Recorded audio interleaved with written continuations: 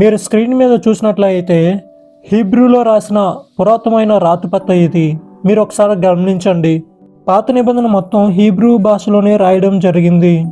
2-3 పుస్తకాలు తప్పించి పాత నిబంధన అంతా హీబ్రూలోనే రాయడం జరిగింది. ఆ మిగతా 2-3 పుస్తకాలు కూడా అరమిక్ భాషలో రాయడం జరిగింది. ఈ హీబ్రూ భాష అనేది యూదుల యొక్క మదర్ టంగ్, అంటే మాతృభాష. ఈ హీబ్రూ భాషతో లేఖనాలు ఎప్పుడు రాయడం మొదలుపెట్టారంటే, మొదటిసారిగా లేఖనాలు రాతపూర్వకంగా హీబ్రూ భాషలో రాసింది మోషే ద్వారాగానే మనకు అందుబాటులోకి వచ్చింది. పరిశుద్ధ గ్రంథాన్ని మనం చూసినట్టయితే, మోషే సీనాయి కొండ మీద దేవుని కలుసుకున్నప్పుడు ఇజ్రాయెల్ ప్రజలు ఎలాంటి నియమాలు పాటించాలి, వాళ్ళకున్న ఆజ్ఞలు ఏమిటి, అవన్నీ కూడా మోషే హెబ్రూ భాషలోని రాయడం జరిగింది.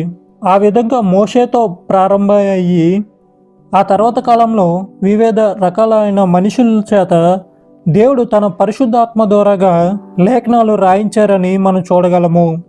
మన భారతదేశంలో లాంగ్వేజ్లో అయినా సరే, ఇంటర్నేషనల్ లాంగ్వేజ్లో అయినా సరే అడ్డ వరుసలుగా రాస్తాము. కానీ హెబ్రూ భాష మాత్రం నిలువు వరుసలో రాస్తారు.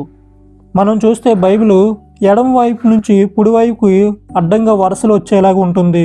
కానీ హీబ్రూ బైబిల్ మాత్రం ఒక 3-4 నిలువు వరుసలుగా కుడివైపు నుంచి ఎడమ వైపు వరకు రాసేలాగా ఉంటుంది. ప్రతి అక్షరం కింద కొమ్ములు చుక్కలు ఉంటాయి. వీటిల్ని ఓవెల్స్ అంటారు. వీటిల్ని ఉపయోగించి రాయడం జరిగింది.